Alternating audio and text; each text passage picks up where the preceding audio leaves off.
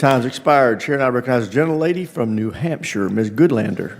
Thank you, Mr. Chairman. Thank you to our witnesses for being here today. We have one really important thing in common. We all swore an oath to this great document, the United States Constitution. We swore that oath when we joined the military, and we swore that oath when we began the jobs that we're holding now.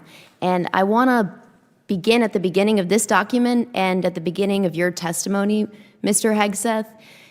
In the first sentence of your testimony, you said you're here today to testify about the fiscal year 2026 budget for the Department of Defense. You're required under law to submit this budget to the Congress because we've got the power of the purse after all, no later than the first Monday in February. Here we are in the second Thursday in June. We don't have your budget, as the chairman, the ranking member, and many of my colleagues on this committee have pointed out. You have testified that you want to be accountable for every dollar, every taxpayer dollar, and where it goes. We can't do our job without your budget. When can we expect your budget, Mr. Hegseth? According to federal law, the department is obligated to deliver its budget proposal to Congress no later than the first Monday in February each year. This deadline is not arbitrary. It exists to give Congress ample time to analyze, debate, and approve funding in line with national priorities. However, as pointed out in the hearing by Representative Goodlander, it is now the second Thursday in June, and the budget is still absent. This delay is not just a procedural oversight. It directly obstructs Congress from fulfilling its constitutionally mandated role in controlling government spending, often referred to as the power of the purse. Without a formal budget submission, lawmakers are left in a state of uncertainty, unable to plan for or allocate resources effectively. This has broad implications for national security, defense readiness, and long-term strategic planning. When asked for an explanation, Mr. Hegseth claimed that the delay was due to the transition between administrations and the need to adjust to new priorities. While such transitions can understandably slow down certain processes, this excuse does not exempt the department from complying with legal requirements. The law does not make exceptions based on political shifts or administrative preferences. Delaying the budget submission, this significantly disrupts the essential checks and balances that Congress is supposed to maintain over federal expenditures. What compounds the issue is the lack of a clear commitment or timeline from the department. Even when pressed, Mr. Hegseth did not give a definitive answer as to when the budget would be delivered. Mr. Chairman, you've said that the Chinese Communist Party is advancing an unprecedented military modernization effort with cutting-edge technologies, including artificial intelligence. Do you agree that the United States military must have more powerful AI capabilities than China? Well, ma'am, first, thank you also for your service in the Navy. I think LLMs and AI really underpinning all of our command and control capabilities is now and will be in the future a key and essential tool for decision making. Thank you. I agree that American AI dominance is extremely important. Yes, Mr. Hegseth, should American AI dominance be up for negotiation with China in any trade talks that are underway? As the chairman said, we're very focused on AI dominance. It's central to maintaining our cutting edge, and we're doing that. Good. Well, I hope... During the hearing, Representative Goodlander raised concerns over China's accelerated military modernization, which includes cutting-edge advancements in AI. The Chinese Communist Party is not merely experimenting with AI.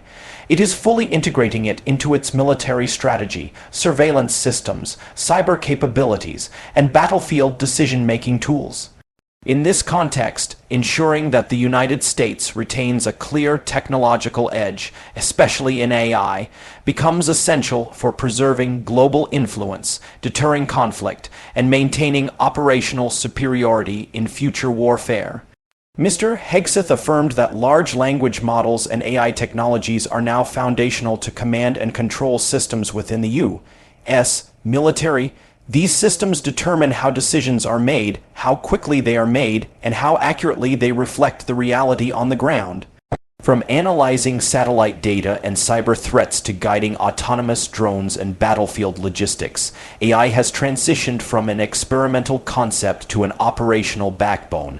When asked whether American AI dominance should ever be part of trade negotiations with China, Mr. Hegseth gave a hesitant response. It was only after further pressing from Goodlander that he clearly stated the president is not surrendering any element of AI superiority to China. This is a crucial point. The temptation to use AI capabilities as a bargaining chip in trade talks may arise, especially in economic negotiations where leverage is often balanced across various sectors. USA must view AI development through the lens of strategic deterrence. Dominance in this space is about more than just technological pride.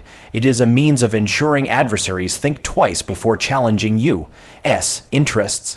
If potential opponents believe they are technologically matched or even ahead, they may feel emboldened to take aggressive action, knowing the United States could be slow to respond or unable to adapt in real time. I hope you've both spoken to the importance of competition in the defense industrial base. I agree with that deeply.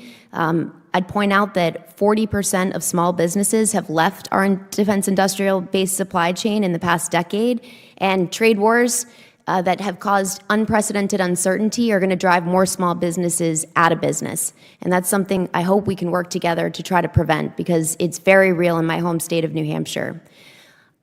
Mr. Hegseth, did you order a pause in offensive cyber operations against Russia? That I know the story you're referring to, and it's false. We said it then, and I'll say it now. So it is. The Department of Defense oversees one of the largest and most complex budgets in the world, managing hundreds of billions of taxpayer dollars annually. With such vast sums being allocated for weapons systems, overseas operations, research programs, personnel salaries, and more, the lack of a clean audit, it means that there is no comprehensive confirmation that these funds are being used efficiently or even reaching their intended purposes. Without clear tracking and documentation, it becomes difficult to prevent waste, fraud, or abuse of taxpayer resources. What makes the situation more troubling is that the DoD has consistently promised improvement but failed to deliver. Year after year, audits have revealed missing records, accounting discrepancies, and systems that are outdated or incompatible with modern financial standards. These weaknesses hinder the department's ability to make informed financial decisions, plan future expenditures effectively, and respond swiftly to crises with an accurate understanding of available resources. Despite investing billions of dollars into improving its financial management systems, the department continues to fall short.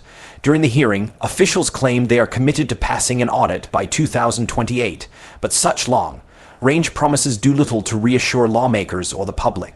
Representative Goodlander and others voiced the expectation that the department should meet the audit requirement now, not 3 years from now. The urgency behind this demand lies in the broader implications. Without passing an audit, the DoD remains shielded from the level of oversight that other departments face regularly. This creates an uneven playing field in federal governance and undermines trust in one of the most powerful institutions in the country. Moreover, failure to pass an audit, it does not only reflect poorly on financial management, it can also impact national security.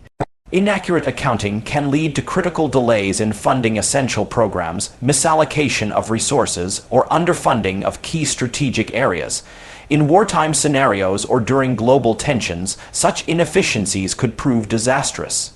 To maintain its credibility and effectiveness, the department must demonstrate that it can manage its finances with precision, transparency, and integrity.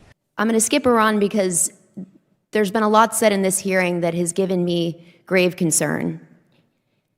One of the things that's been said in this hearing, Mr. Hegseth, was I want to give you the opportunity to correct the record and make clear that you will abide by, that you will obey a ruling of the United States Supreme Court. I don't believe we have any cases pending before the Supreme Court right now. I want to ask you, will you abide by a ruling, by a decision of the United States Supreme Court if it is issued and you're asked to do so? What I've said, and I'll repeat, is that district courts should not set the foreign policy of the United States of America. Mr. Hegseth, this is a fundamental principle of the United States Constitution. Gentlelady's time's expired. Chair now recognizes the gentleman